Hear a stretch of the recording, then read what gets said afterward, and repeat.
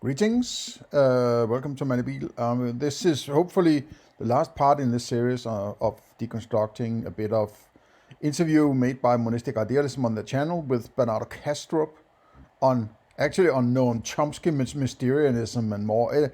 The headline is sort of a little, concerning, right? It's about Noam Chomsky and Mysterianism. Well, okay, it's a sort of clickbait, right? Mysterianism. Yeah, well, that's maybe a very good word to frame this Mysterianism, right? All of this Bernardo Kastrup philosophy. But before I dive back into the video, I have concisified my list even more than recently, and I've highlighted a few things in red that have been added, and I've added the actual main purpose of this video series here, that his metaphysics is an appeal to theory. He calls it a theory. Now, as I've tried to point out in prior parts in the series here, a theory is not philosophy. I know that the term theory is being thrown around like you can have theories about basically everything, just like with any other term, concept or idea or terminology used in philosophy. It seems things can be used all over the place, which I have constantly criticized.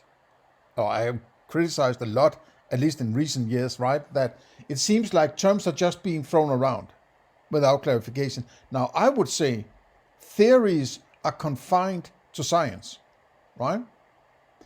If you are saying you're coming up with an idea of an external world, you need to use another term than theory. And why not just call it metaphysics or whatever term you're using, right? And it's just that you can't use a term here that is then sort of taken out of another context where it's usually been used. I have a scientific theory, right?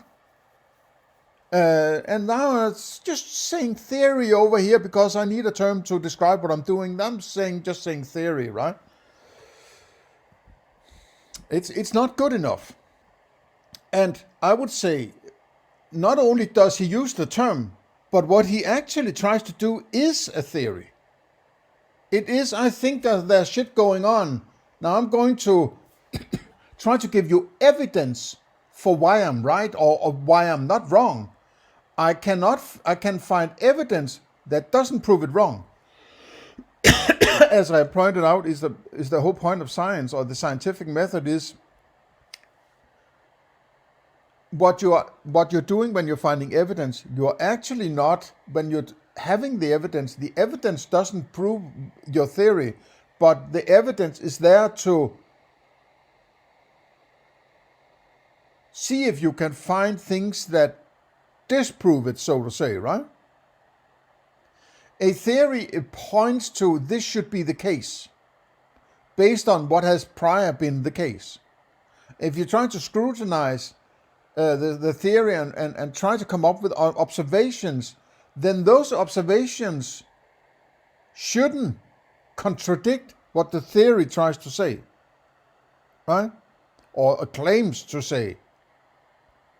So if I say, every time I hold my hand here with my car keys, I let them go, they will land on my stomach, right? As long as I do that and it keeps landing on my stomach, the theory is not disproven, right? It is not proven. Because otherwise I wouldn't need to do it, right?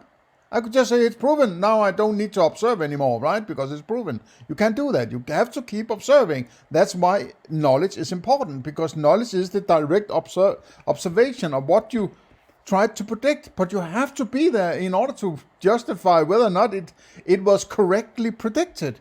And that's why you need knowledge, right? So knowledge is there to confirm that the theory still holds in the sense that it hasn't been refuted yet. That's empiricism, right? But that's what he appeals to. That's not philosophy. Philosophy is all that you had to settle before you even dared to go and do something like science. Right? How do you approach elephant? How did you get to elephant, right? Was it colors? Was it sounds? Was it transcendental, whatever, mysticism, whatever, right? In all these things that are being settled in ontology is exactly not science, because science, and potentially you could say metaphysics, is that which has been settled, described in a concise and precise and rigid manner in order to allow you to go ultimately and do science. And that's why I tried to point out the whole idea of using science to settle your ontology is the most stupid, begging the question circular kind of argument you can imagine, right? If you could do science without having an ontology, why the hell would you want an ontology anyway, right? Because science is observations and creating theories of what might happen in the future. So that which you're creating theories about is that dashboard where things are moving about in a way you try to predict. But if you can just take that for given that these theories are sort of carved out in stone, why would you need an ontology? If it's already sort of handed to you or given to you, you could just go ahead and do it. That doesn't work, right? So appealing to a theory is not philosophy by its nature of what he's doing. It's science.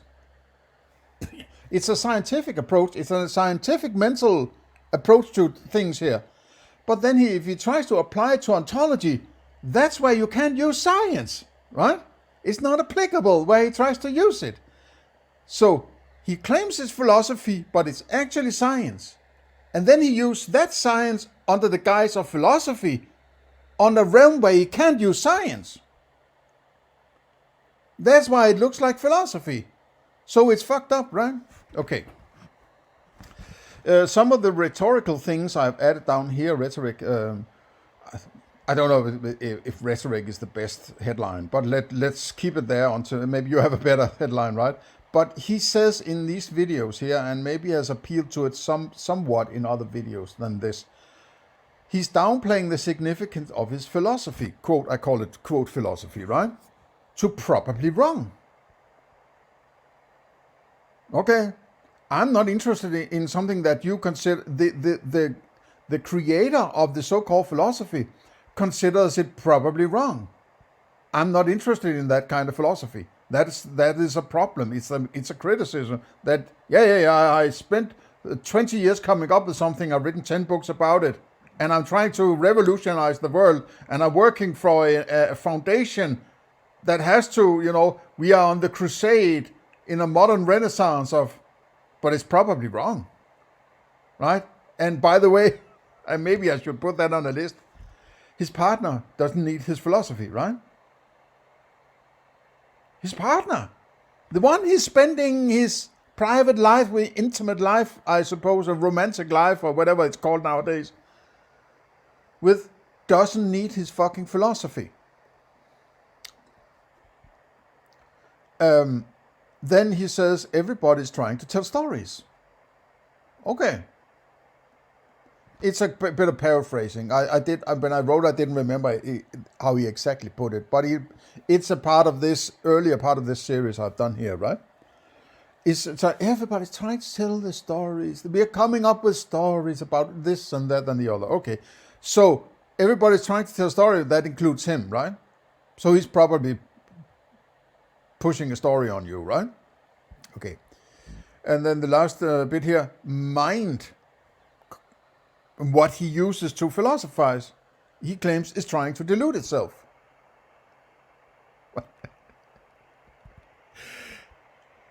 It's not really, I mean, I appreciate the honesty, so to say, because it helps me further criticize his ontology / metaphysics, right?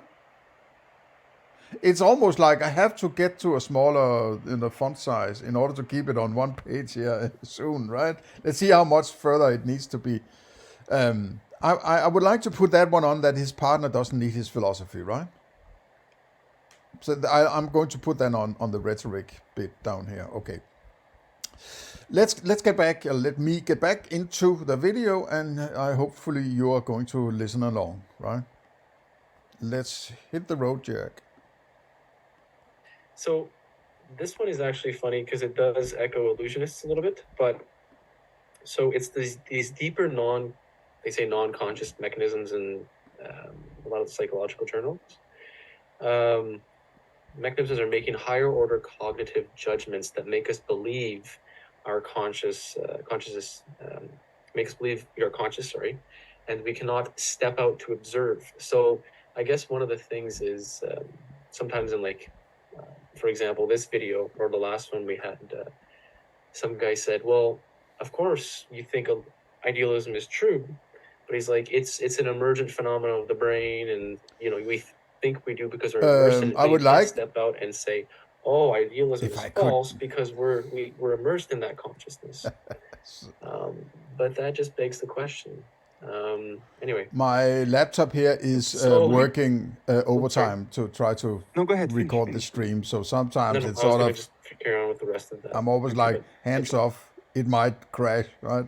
We can never step out of our own epistemology.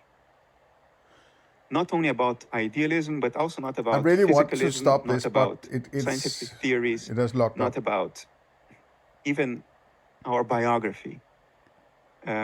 We cannot step out into the future. We cannot step out into the past. We are always cooped up in our minds and in our epistemology. This is Okay. Sorry about that little interlude there, right? I will have to go back and start it over again. So actually I didn't mention that before I started, but this particular timestamp is stepping outside of consciousness, which is that's a fantasy. That's the fantasy they're living in. I can open the doors of perception and look through the screen and go behind and shake hands with God, and right? It's such a powerful fantasy that this is about trying to throw words at you until they have convinced themselves that they have actually penetrated an impossible, impenetrable wall of experience to go beyond, right? It's possibly the biggest philosophical fantasy of all time, right? It goes all the way back to maybe even before Plato and his cave, right? Socrates, maybe, right? You could say. So it's this is what it is about.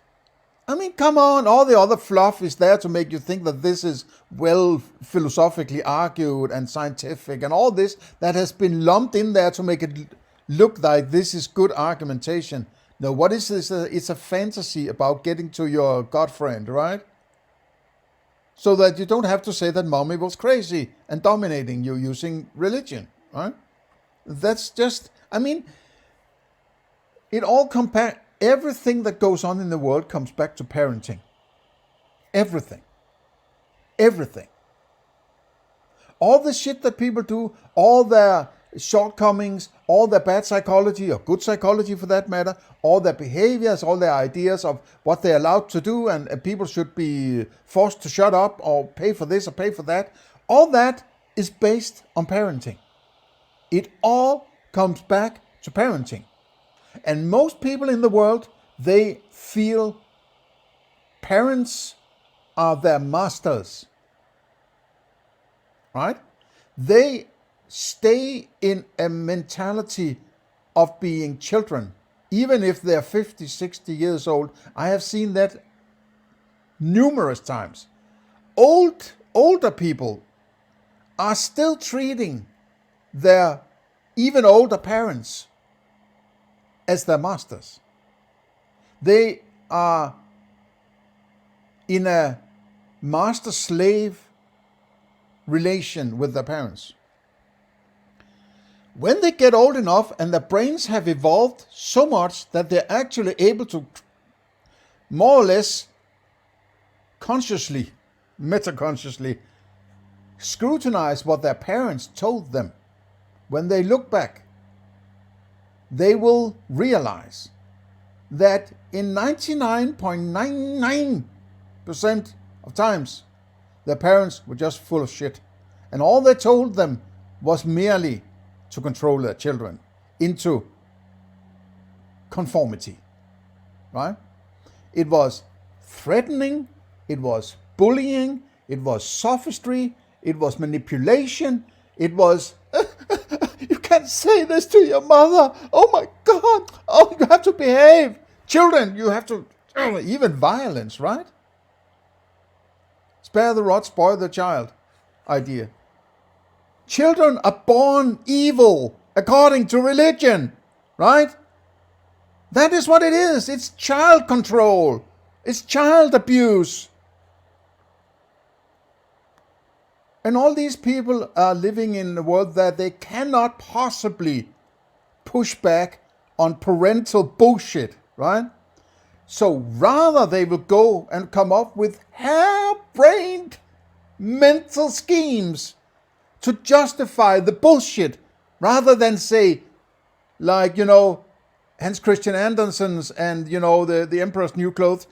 The fucking Emperor is not wearing fucking clothes, right?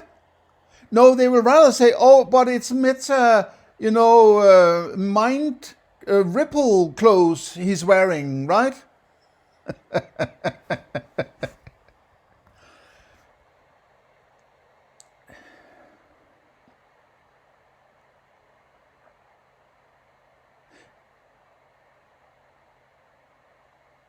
Yeah, I don't want to go too much into this parenting thing, right?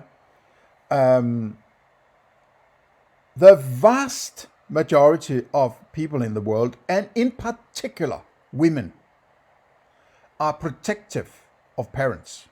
It doesn't matter how bullshitty these parents were, how much fucking bullshit they've force-fed them with, they're going to protect their parents, right?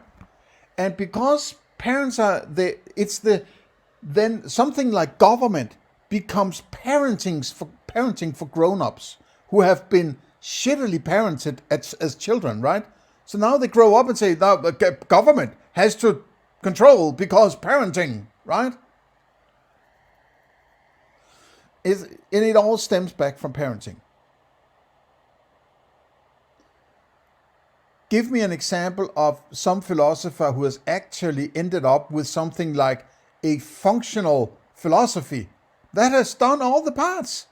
That has done ontology, epistemology, metaphysics or external world, good arguments, objectivity, good ethics, arrived at a functional moral principle where you at least say, it actually sounds like it could be functioning. I'm not really completely sure, but it doesn't sound completely mad either, right? They're not violating Hume's sword. Or he or she is not violating Hume's sword. It sounds like a functional definition of knowledge that I could actually use in my everyday, and so on and so on and so on. Name me one, just one that just approaching that level, right? No, they're all sitting in their academic cloud castle, coming up with a particular use of words and coming up with a new ism like, oh my God, I came up with analytic idealism. I must be brilliant, right? And all they're basically just trying to force feed themselves the bullshit that parents gave them, right? Ugh. Is an invariant. It's part of being Did human. I It's jump part of the back human in condition. time? So to Back admit in this time. does not. Let So me get back. this one is actually funny. Let me get back to it here. We start with the guys, the monistic idealism's, subordinate minion sidekick here, right? Kyle Friesen, I guess it's Kyle Friesen. Kyle. Because it does echo illusionists a little bit, but so it's these deeper non-conscious mechanisms in a lot of the psychological journals. Mechanisms are making higher order cognitive judgments that make us believe our consciousness make us believe we are conscious, and we cannot step out to observe. So I guess one of the things is sometimes in for example. So if you cannot step out and observe, why are you saying we? What's the we then? That must be a story you're telling yourself then, because if there's a we, there is more than one. consciousness there, right? Otherwise, are you... Is there something wrong with you, all right? I mean, do you suffer from your own dissociation of a disorder or what? I mean, it's wrapped up in the terminology, and the shortcomings of the thinking is between the lines and that's why I like to deconstruct this way, because if I sat down and listened through this and say, in these 15 minutes of video, in this video part here, they're trying to say this and that's wrong, then it would be paraphrasing, right? Then I would be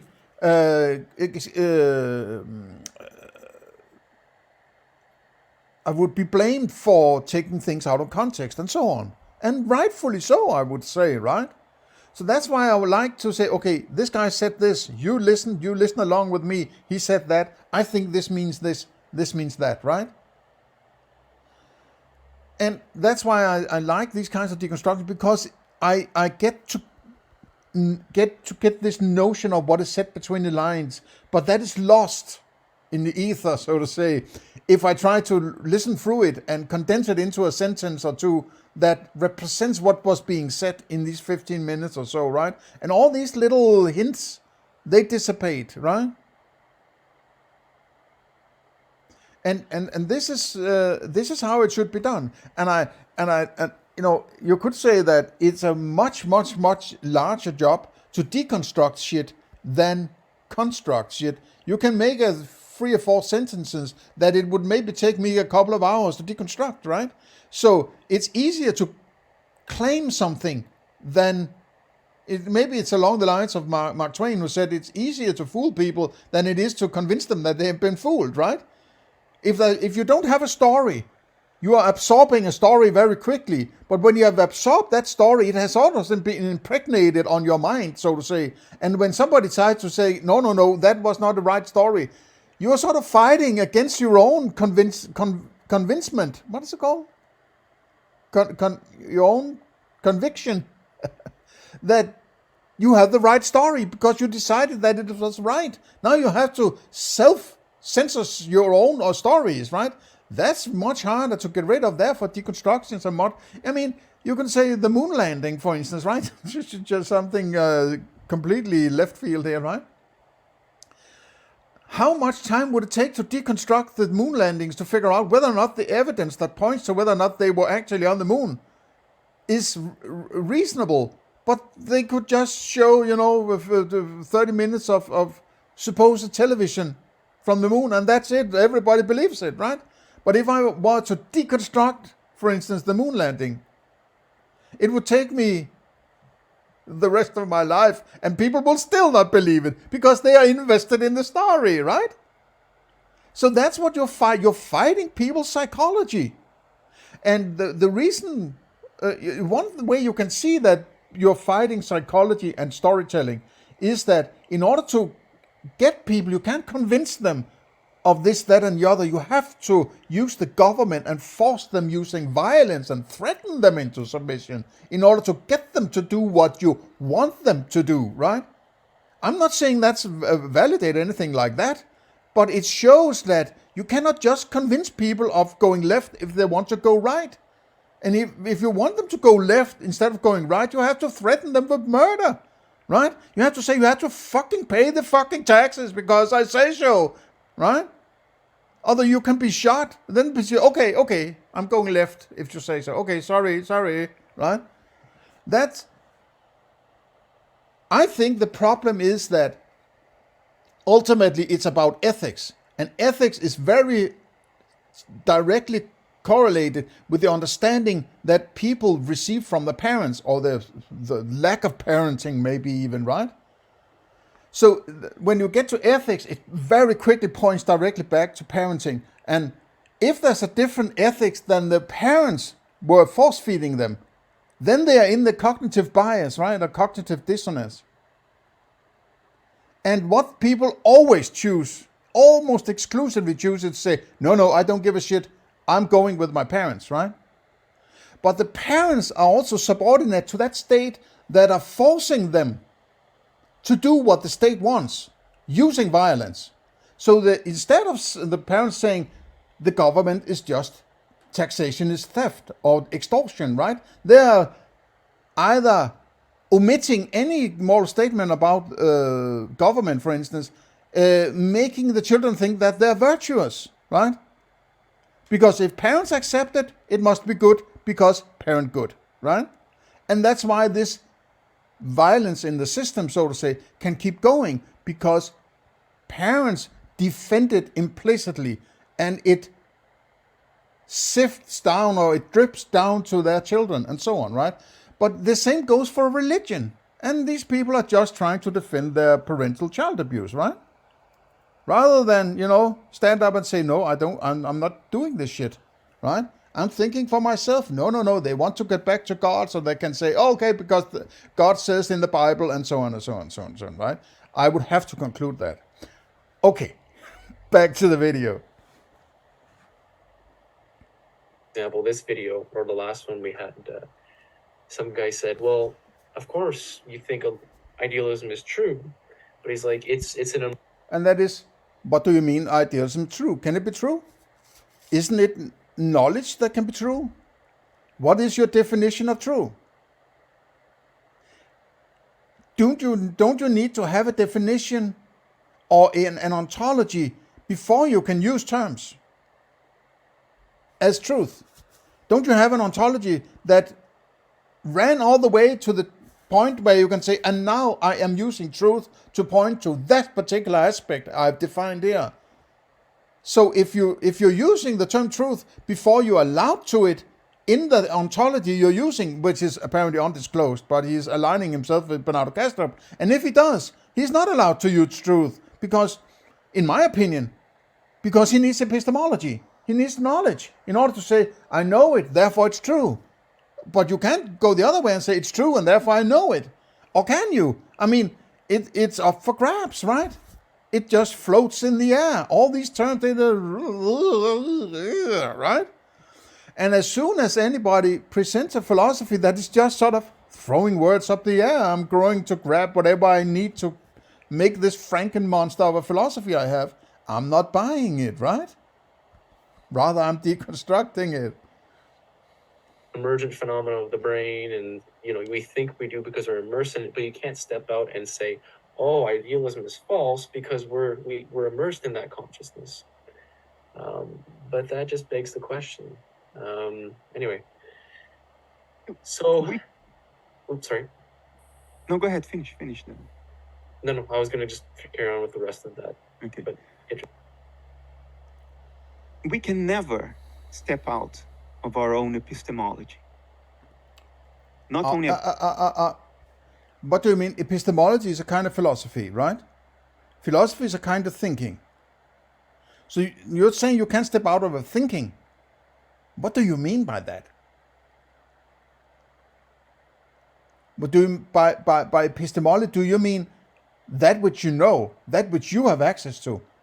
Are you saying that you have some kind of epistemology that have an undisclosed definition of knowledge, and then it's the knowledge you have you can't step out of, or what you have access to is all you have? Is that what? Please don't use the term epistemology before you have actually presented a philosophy. I mean, if you could write 10 books on your metaphysics/ontology, could you just write one book about epistemology and knowledge to get to a definition? Right? Would you mind? Can you ask your daemon if it wants to, right? Oh no, I can't do it if my daemon doesn't allow me. No. About idealism, but also not about physicalism, not about scientific theories, not about even our biography. We cannot step out into the future. We cannot step out into the past. We are always cooped up in our minds and in our epistemology. This is an invention. Okay, I would use the term epistemology again, as if epistemology is the same as mind or something like that.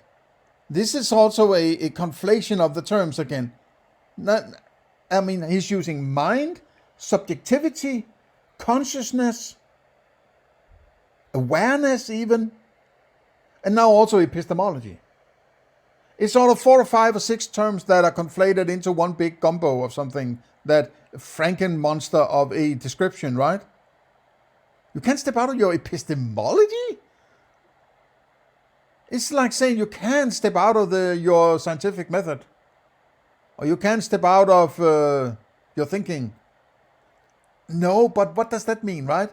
And particularly because you use it, I'm very concerned whenever people talk about truth, knowledge, and epistemology. Because it's usually something that is completely unfounded in anything, right? They have nothing but the terms they're using and just throwing them about, right? Would you mind, Mr. Smarty Pants, right?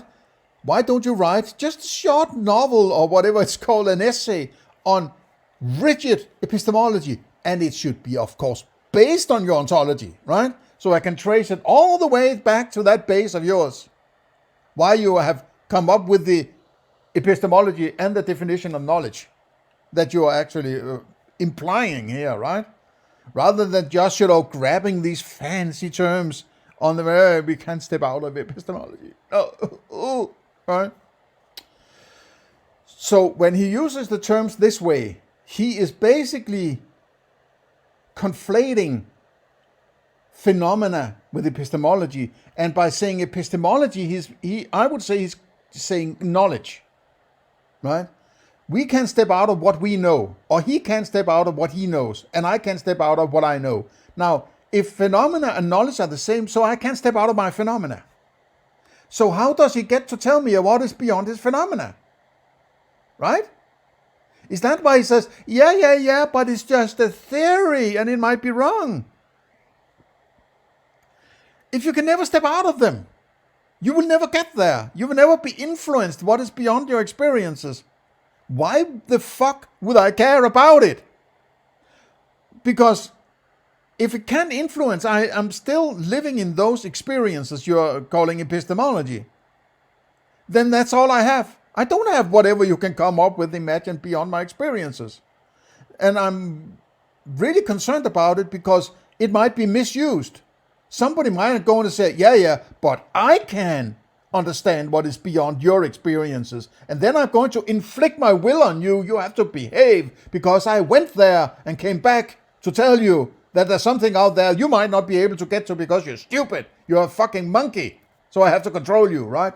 That's what I'm worrying about.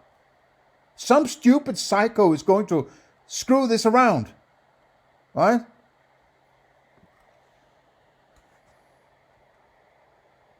Variant. It's part of being human. It's part of the human condition.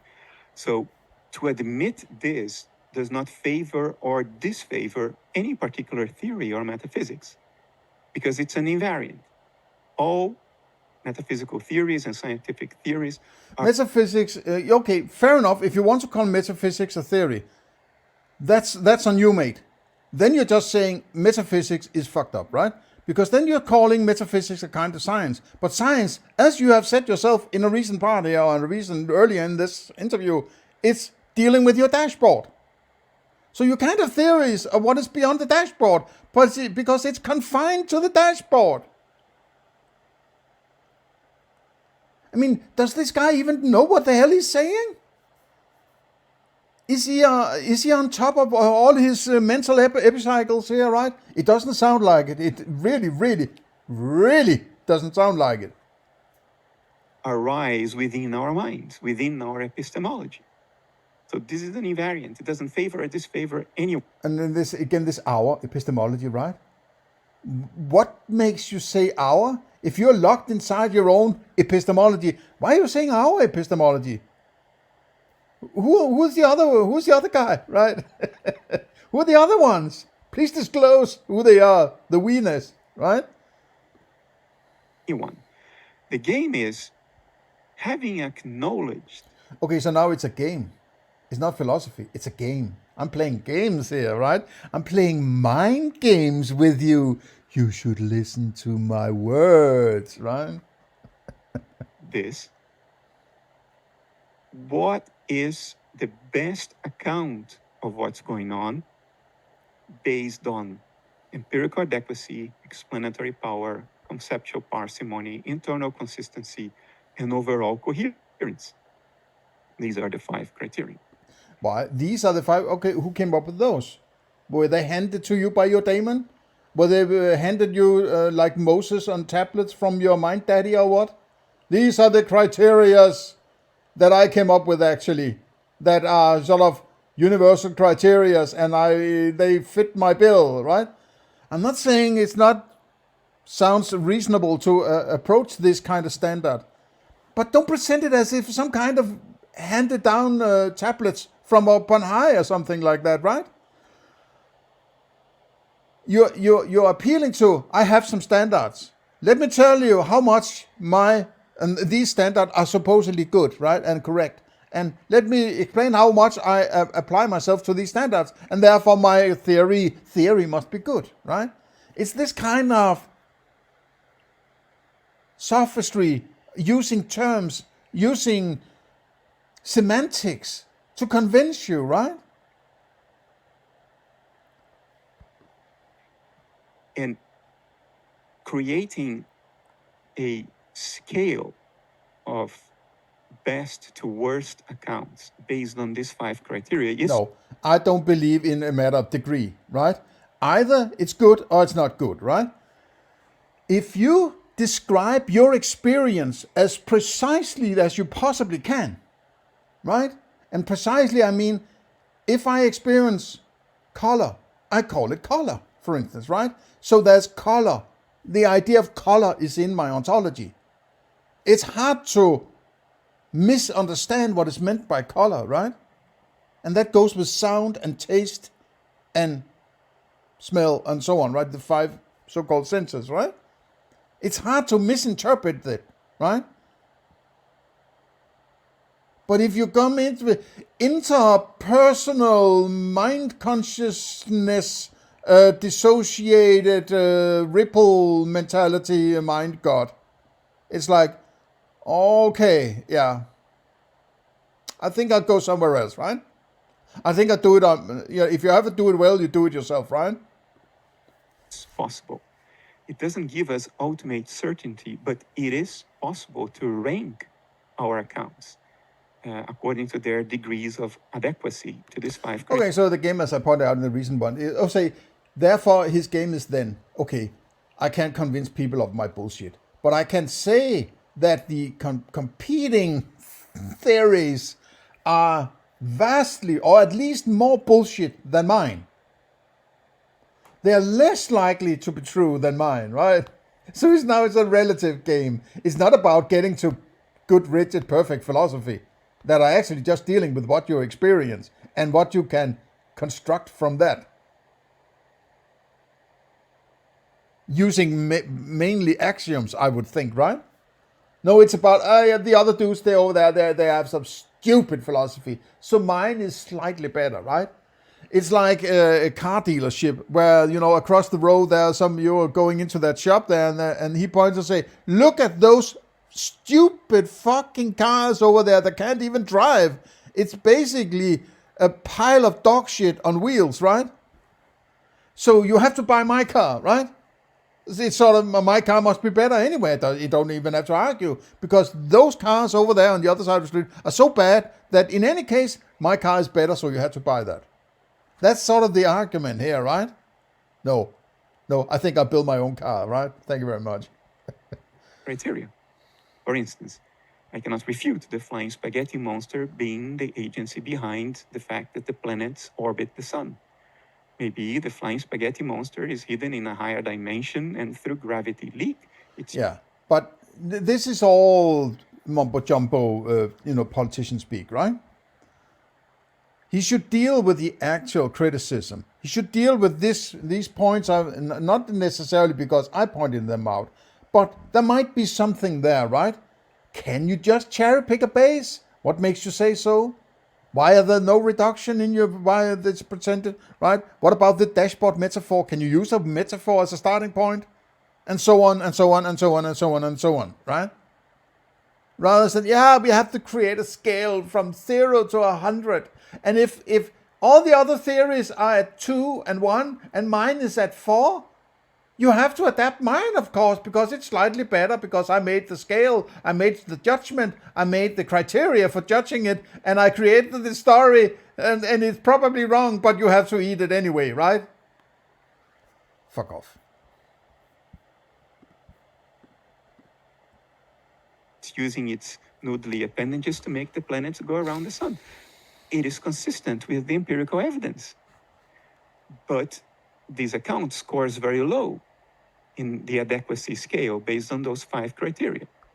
It has explanatory power, but it fails in conceptual parsimony. It feels very much like these combined 2 videos, which is approaching 7 or 8 hours, is merely an avoidance of dealing with the hardcore aspects of this potential philosophy, right? It's coding you with feel-good words, and I have a sense that he is sort of winding himself. He might have started to realize maybe my philosophy isn't that hardcore good after all. But now I'm so invested in it, and Fred Matzers, I have to obey him. So I have to keep going and finding some excuses for. I'm creating a scale from 0 to 100, and mine is on 7, and all the others are on 2 and 3. So therefore, it's good. I mean, it's this level of argumentation we're dealing with at this point, right? It's just a sad case of somebody who's just crumbling, in my opinion, right? And it should be crumbling if it's crappy philosophy.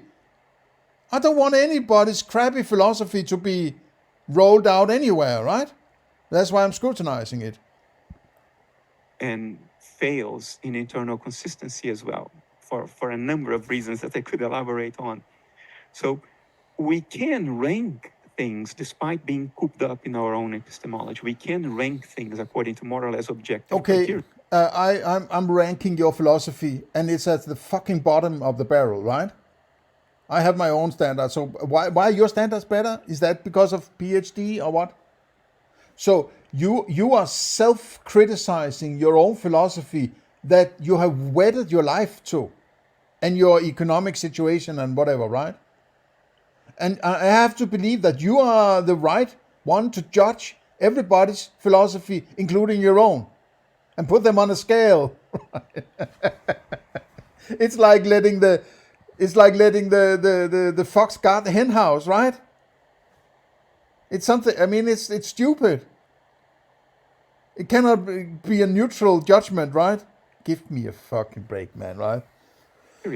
And I think we are morally obligated to do so. Oh my God! Not only did he just mention, they mentioned truth and epistemology. Now they are also fucking judging morally, because that's when people stop and listen. Whenever you take the term ethically or morally or virtue or something like that, people shut up and stop and listen, because that's where the big guns are rolled out, right? When you start to moralize, that's where you are trying to whip people into submission, right? If you don't have epistemology, objectivity, or ethics, or any more principle, how dare you little gnome, lecture me about ethical shit, right?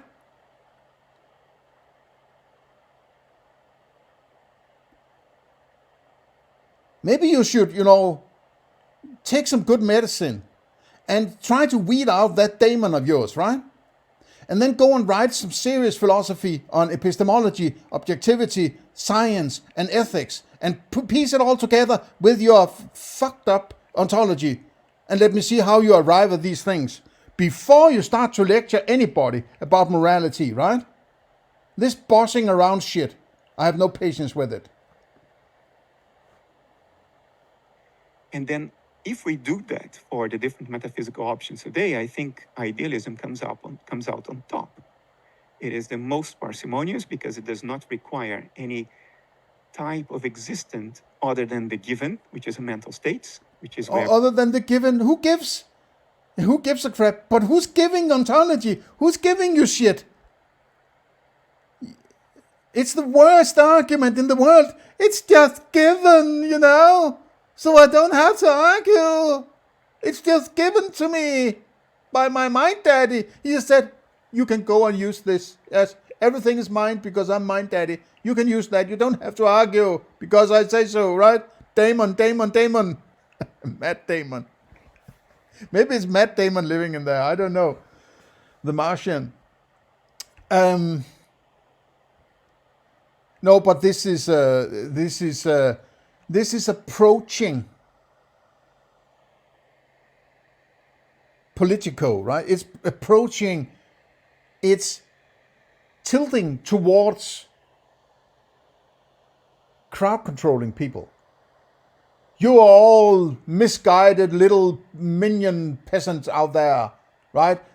I think we have to roll out our big republic, the Platonic Republic, where you have to understand how things work, right? It will hurt, but it's necessary, right? Because I have made some thoughts, now I can have epistemology and knowledge without doing the actual thinking, and I can have ethical and moral judgment without even doing the necessary thinking, right? Because I am mind daddy, the son of the mind daddy. Where we start from, all theories arise within and as mental states. It has the most explanatory power because it doesn't suffer. A theory can't explain anything. A theory can't explain. You're calling it a theory. A theory is a confinement of observations. It's the Eiffel Tower, the Beaver, and Earth put together in a theory that says every time you go up the Eiffel Tower and let go of Beaver will move to Earth, right? That's the theory. It's not explaining anything. It's just making a coherent story based on observation that potentially could predict if you want to go with it. Nobody says you should. Nobody's forcing you. Hope not, right? There's no trust the science, do as science says, right? Because science can't talk. This guy doesn't know what he's doing. He's completely lost. He is the most pathetic, modern prophet, man. It's like, my God, it's stupid, right? Even if I presented a philosophy and somebody has, just like I've done, presented these kinds of problems here, potential problems, I would be like, holy shit, it seems like my philosophy sucks, right? I have to scrutinize this. Let me talk to the guy. Maybe he is fucking smart. Maybe he's better at philosophy than I am. No. Let's push the government on him. Try to silence him, right? Like Bernardo Kastrup did when I scrutinized and deconstructed in analytic idealism. That's the game. It's about controlling people. It making you conform, right? Some psychopaths are sitting in the background, hoping that this little gnome here can convince you that you don't know shit and you're a stupid monkey who has to conform to a system, right? I don't know that, but since I don't know it, the worst case scenario is that's the case. As long as I can't disprove that, I would have to go with it and be careful how I understand this, and I would like to warn you about it, right? Don't take shit for granted. Think for yourself. From the hard problem of consciousness or the combination problem, so it has the most explanatory power. It is the most internally consistent, overall coherent, and the most No. That's not the explanatory power. Avoiding problems is not an explanation. If you're doing physicalism, you're running into that paradox I've mentioned before with the hand outside your experience, hand outside your experience, right? But if you come up with an idea where that is no longer a problem, you're not explaining something, you're just weeded out problems in an optimized or slightly changed theory where that problem doesn't arrive.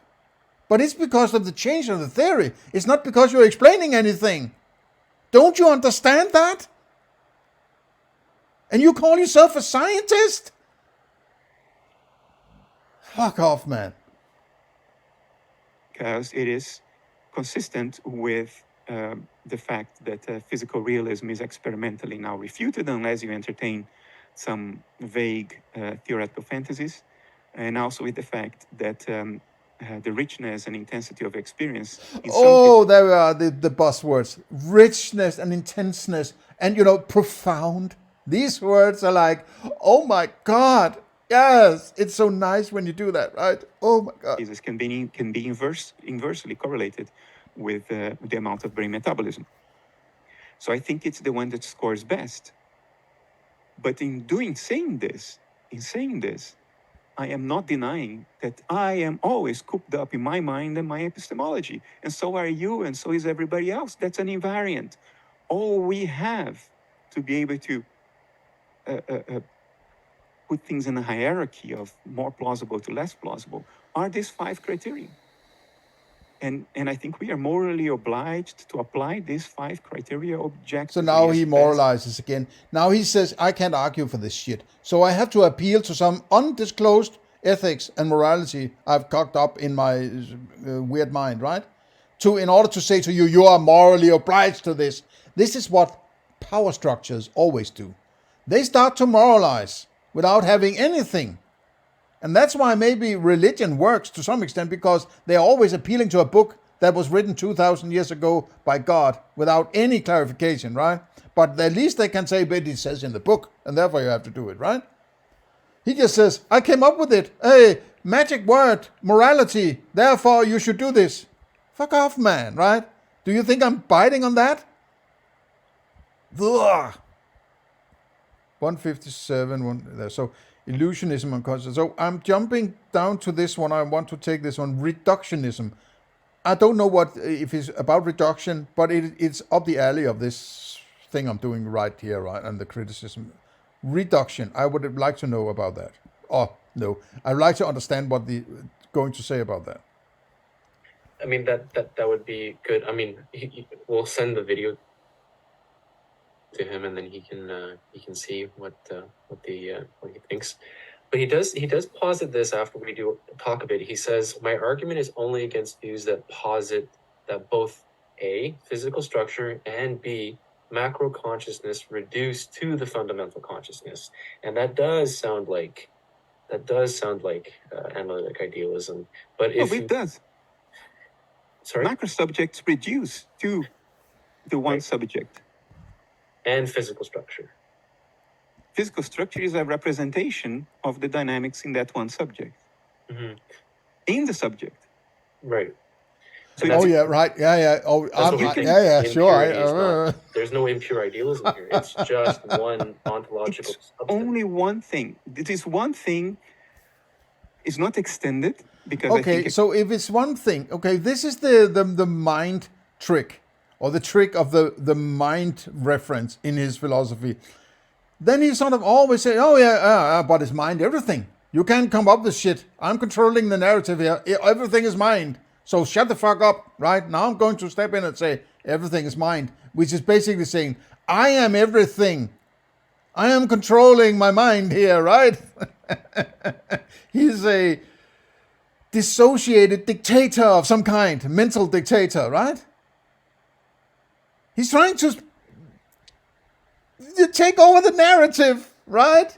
He wants to control everything, saying it's mind. Come on, man. Wake up. He's trying to control all narratives by saying everything is mind, right? So you can't get away from him. He wants to control you. It's the one eye, the pyramid, the one light, the one sun, the one all through the ages, the one thing, right? You can't be allowed to be an individual because he has existential angst and money. Extension is an artifact of perceptual cognition, and space-time are the scales of the dials in the dashboard. They are not out there. They are not an objective external scaffolding of the world where you put things. Okay, but then you use spatiality when you present your ideas of what is going on. You use spatial understanding on your presentations. Then you shouldn't do that, right? So you're violating your own standards. Once again, for God knows how many once agains, right? Space and time are cognitive extensions. I mean, Kant already said that 200 and 50 years ago now. 51 even. But to visualize things, we have to use space-time. We can't visualize pure cognitive structure. We know it exists, but it's difficult to visualize because visualize is an appeal to vision. It's an appeal to perception. Okay, but you have to use it because while it's still wrong. Okay, so when you're presenting something, you should say, this is not the real thing. So we're still living on the dashboard, right? You're just creating some very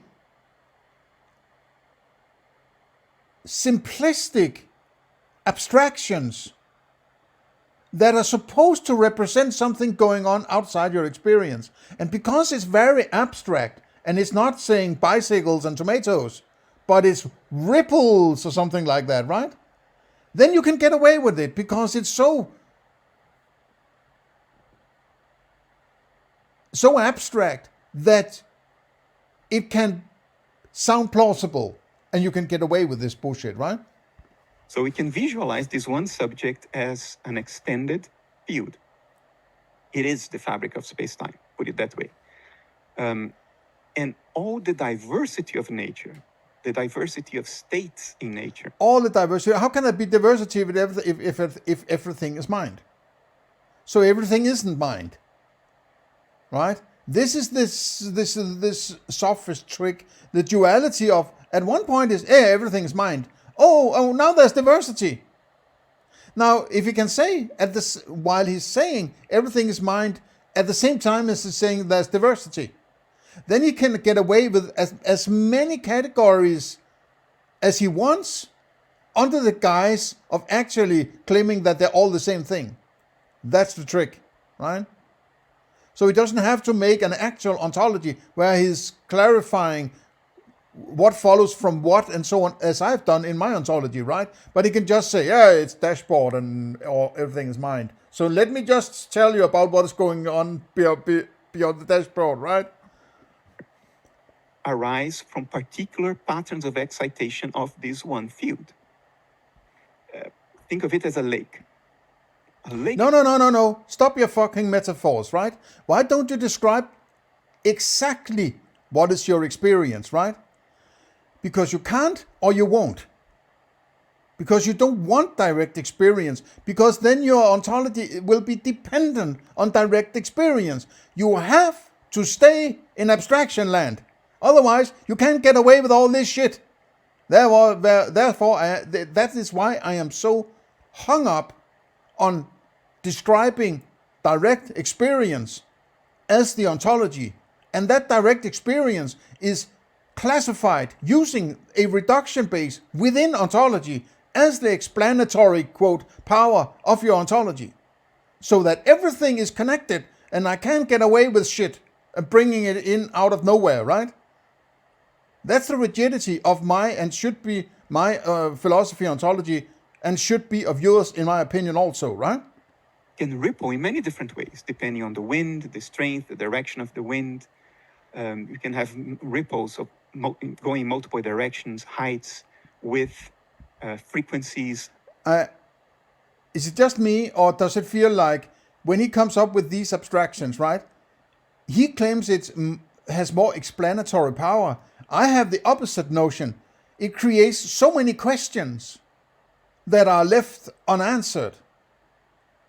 And when people start to ask questions, he says, "Hey, everything is mind and ripples." And he goes through the same chore of spouting these abstractions, right? And going into metaphor, like, hey, imagine yourself on a ship, or imagine yourself in an airplane, or imagine yourself there. No, I don't care about imaginations. I care about what I'm actually experiencing, because that is the foundation of my ontology, right? Amplitudes, they can interfere constructively and destructively with one another, creating all. I pointed out before, but I think the problem of many of these philosophers is that they are probably very good at juggling abstractions and imaginations and theories and all this, right? So they think that that is what is important. And in some way it is. You're not, when you're going to the grocery store, you're not looking for a particular color. It's not the only thing you're looking at, or it's a side attribute of what you're actually looking for, right? You're looking for tomatoes or bananas or a red wine or a frozen pizza or whatever, yogurt or something, right? Those are concepts or, let's say, cognitions you expect to have in order to make sure you get what you want. You're not going to say, okay, now I need something violet. And now I need something that has this smell. You might want to first look and see this is a tomato, and then you check the attributable or the attribute associated qualia, like the color or the sound or the taste. Maybe you're not tasting the tomato down in the grocery store, at least not before you buy it, but you use other qualia in order to justify whether or not this has the sufficient quality you want. But first of all, you needed to cognize the tomato, right? You don't go and say, this is red, now I'm going to taste it and smell it and so on, and then I'm going to figure out if it's a tomato. No, you start by figuring out it's a tomato, and then you check the quality of it by checking its qualia, right? You're not going into ripple land. You're not saying, oh, now I'm creating a metaphor. I'm sitting in an airplane to figure out what to buy in this grocery store, right? That's not how things work. So to him, philosophy is something he does when he sits in his attic, and he is told his after a long day of telling his girlfriend that she's wonderful because she doesn't want his philosophy, and then he goes at 8 o'clock and sits in his attic and goes into his philosophy in his mind daddy realm, and he can sit there and feel good and feel that there's some valid value of some kind to his life. And then he goes back out to that reality that tells him, I don't need your fucking philosophy, right? And he has to go and put on pants and brush his teeth and go and buy tomatoes and find them using all that ontology that I'm using, right? But at 8 o'clock in the evening, he goes to his attic and goes into his mind realm and then talks to his daemon. And it's this kind of approach, this kind of notion I get with him, right? So to him, philosophy is completely disconnected from reality. He's living in Cloud Castle land, and he wants you to follow. I am not fucking following you, babe. I'm not following your bait, right? No, that's not a Freudian slip. Trust me. I guess you have to trust me. Can't convince you otherwise. So we're going over the 1 hour mark, so fuck it, right? But let's keep kind this of interesting patterns. Sorry, I want to figure out how much further this will go. Reductionism, 3 minutes to go. But there is nothing to those ripples but the one lake. You cannot. This is the metaphor he keeps using. The ripple and the lake. The ripple and the lake. The ripple and the lake. The ripple and the lake. Okay. I'm not experiencing a lake when I'm standing down in my grocery store, so I can't use that metaphor for anything. And by the way, I don't want to use metaphors to understand I want the fucking wrecked experience of banana if I want to go and buy bananas, right? Should I apply some metaphor when I'm standing there, or should I actually look for a fucking banana and check out the qualia, right? Because that's the everyday ontology I'm using. And I bet you that's the ontology you are always referencing. And you're doing that yourself by talking about a dashboard. But you're just extracting some ripples. You have ideas of ripples. And you're going to say, oh my God, what if I say there's ripple beyond my dashboard? It fits with the physics and the science and the dissociations. Oh my God, I have come up with a philosophy. Grab one of those ripples and take it home with you under your armpit. Why? Because there is no ripple. The ripple is not a thing. It's a doing. It's a behavior of the lake. A ripple. Okay, but there must be a lake then, in order for there to be a ripple, right? So you are a dualist. So if there's only ripples, there's no lake. So how can it ripple if there's no lake? If everything is... So you're saying mind is rippling. But if there is no ripple, then, I mean, it's just weird, right? It's manipulative. I feel very, very uncomfortable with this kind of approach to thinking and presenting your thinking, because you're starting with a metaphor that is supposed to be a representation of something else that is undisclosed. But then you're going to say, well, it's mind that ripples then, right? It's not an ocean, it's just a mind that ripples. It's just grabbed out of your ass. You have no way of qualifying this other than trying to present it as a scientific theory. That you are then calling philosophy. You're coming up with a story. You have to accept that, because that's what you're doing when you're doing a theory. You're coming up with a story, for instance, called gravitation. Gravitation is a story. And when it's a scientific story, it's called a theory, right? So when you're calling analytic idealism a theory, you are appealing to a scientific story. So you have come up with a story. A story cannot be explanatory, right?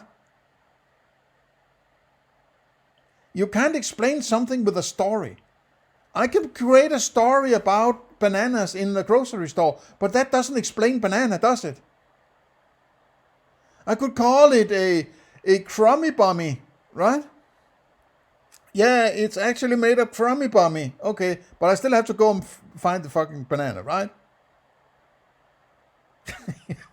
How can I also a bit out on the deep end in my ability to argue and refute this kind of thinking, because it's so fluffy and airy and incomprehensible and unapproachable, right? And that is one of the surefire signs that we're dealing with a sophist. We're not dealing with somebody who's actually living in reality, right? Or any reality that I want to consider my reality. So, Ripple is a dynamic configuration of states of the lake. There is ever only the lake. Ripples are not things. Same thing here. Particular phenomenal states with their particular unique qualities that you can differentiate from one another are different ripples in the lake of the one subject. They are different okay, patterns but of what does that excitation. help me? If I experience banana, it's just a ripple. Okay, but I still have to go. I still have to consider it a banana. I can't remove the banana and say now I'm going to experience ripples. Why would I? Because, as you say yourself, you should take it seriously, right? No, I shouldn't maybe take it literally according to your standards. But if I have to take it seriously, why would I want your ripples? I'm not saying you can't conjure up this story. I guess you can. But what the fuck would I need it for, right? What are you trying to explain? Because you're not explaining banana, for instance, right? You're not explaining yellowness. Other than you're saying, well, it's just a ripple. Okay, so what? Why? What does it help? Is some kind of imagined correlation that I have no use for. I simply cannot see any use. I can only see problems, that it might take away my focus on what is actually interesting and important in my life. So I start to sit in my attic and think I'm talking to a daemon and writing books about those ripples that I have come up with. Why would I want that life? I don't want that life. I want to enjoy bananas, right? Of this one thing. And there is nothing to these mental states but the thing that is excited. Just like there is nothing to all this humongous variety of possible ripples other than the lake that ripples. There is only ever the lake.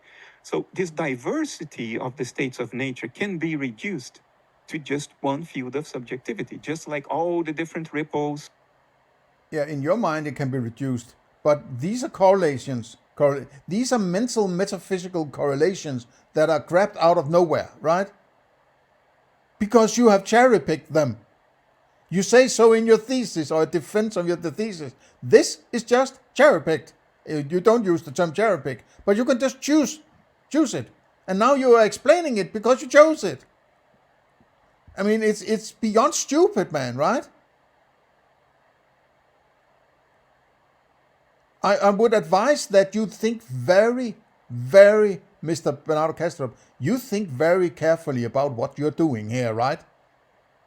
I would encourage you to grab your own ass, the ripples you call your ass, right? And think very carefully about what you're doing and what you're trying to do. Because if you don't have this under full control, you might be unraveling some completely uncontrollable shit that have so far-reaching consequences that you cannot possibly imagine them, right? They say that the pen is more powerful than the sword. I'm paraphrasing, but ideas are potentially, let's say, world-changing, right? I don't like that term, but I think you know what I'm trying to get at, right? If you implant particular ideas in people and it gets critical mass, but it's flawed, it has to have a break somewhere. There has to be a lifesaver. There has to be a switch, right? Where it can be switched off if it goes wrong, right? That's why the problem of Nazi Germany was unstoppable until they were fucking dead, everybody, right? There was no break on that crazy train. The break is, and listen fucking carefully, mate, is a perfect moral principle. The break on a crazy train is the perfect moral principle. And before you tell people what to do, I would like you fucking present some good philosophy that is rigid and leads directly and unmistakably to a moral principle that I find to be perfect. Where I say, this is fucking the greatest philosophy of all time. He done it all the way from a base all the way to a moral principle. The moral principle is that break on a potential crazy train, right? If it's not there, I don't trust it. And whirlpools can be reduced to the lake. There is ever only the lake. Same thing here. There is ever only the one subject. Now, these excitations of this one subject, they unfold according to some regularities. Of course they do. You can call them laws. It's a bad word, but it's the word many still use. Of course they unfold according to certain laws. Why? Because this one subject is what it is and not something else. And it doesn't stop being what it is from one moment to the other. It's still that one subject, and therefore its behavior is self-consistent across time, therefore regularities. So everything will unfold according to regularities and the properties of the God subject. damn, what a circular argument, right? It's regular, therefore it will be regular. Oh my God.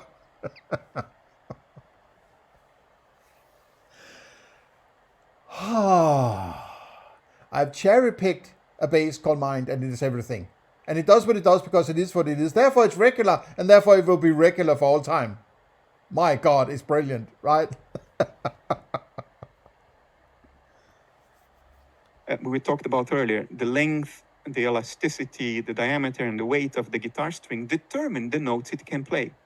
Well, the properties of this one subject, whatever they are, determine the way in which it vibrates, determine the notes that it plays, determines the dynamics of its individual mental states and how they cluster together or not. In other words, dissociation and association, they are part of the regularities of behavior of this one subject. And there is nothing but this one subject. Just like there is nothing to any note that you play on the guitar string, but the guitar string in movement, in excitation. No, but that's because you have cherry-picked a bass. And because you cherry-picked that, you're following that bass, but it was cherry-picked. Right? You have set yourself some rules for what you can do, but your rules have just been picked. So it's not been argued. There's no fundamental argument anywhere in this. And you possibly cannot get into a fundamental argument because there is no base argument that can validate another argument in its infinite regress. Therefore, you have to start with descriptions of direct experience. You have to describe the fucking dashboard and how it works and interdependencies, and you can only base further philosophy on that description. Therefore, you avoid the need to come up with shit in order to explain shit, because you can't explain anything, right? And you also say so yourself or imply it. You're wrapped up in epicycles of abstractions here, and you're never coming out, right? It seems. Changing states. Same thing here. There is only the subject. You reduce everything to the subject. You do not need any extras. You do not need any external imposition in order to model or account for what it does, for all the associations and dissociations. These are just the compound outcome of the basic regularities or the basic properties of the subject. And these properties need to be... yeah, but that's all ripples. Those properties I'm talking about are now ripples. Now I'm not calling it ripples anymore. Now I'm calling it properties. So now we are getting closer to colors and sounds. And is this... I don't fucking buy this, right? Because he is inverting his explanatory so-called power by saying ripples and then gets to colors and sounds and tastes, right? Why I'm saying, no, you have to start with the colors and sounds and taste and see where you can get from that. And then you can get to ripples. At least not ripples that are outside that experience. Because you're locked in your own... You're locked in the confinement of the rigidity of your thinking, right? He is trying to get away from any thing that can lock him down in what he's able to say. He's just living in his mental cloud castle balloon where he can go and come up with whatever shit he wants to be there, right?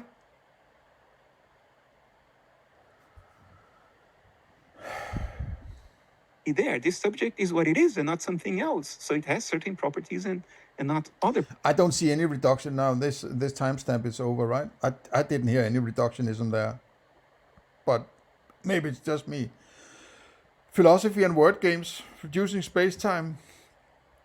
Cognitive gap. Oh my god, they're cognitive gaps. Well, I think I'm done with this. I have said what needs to be said about what is cornerstones of this kind of, this particular video of monistic idealism, and shout out for them to doing this interview.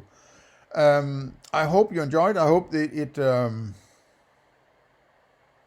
it adds to your portfolio of potential criticism of Bernardo Kastrup. At least that's my intent, right?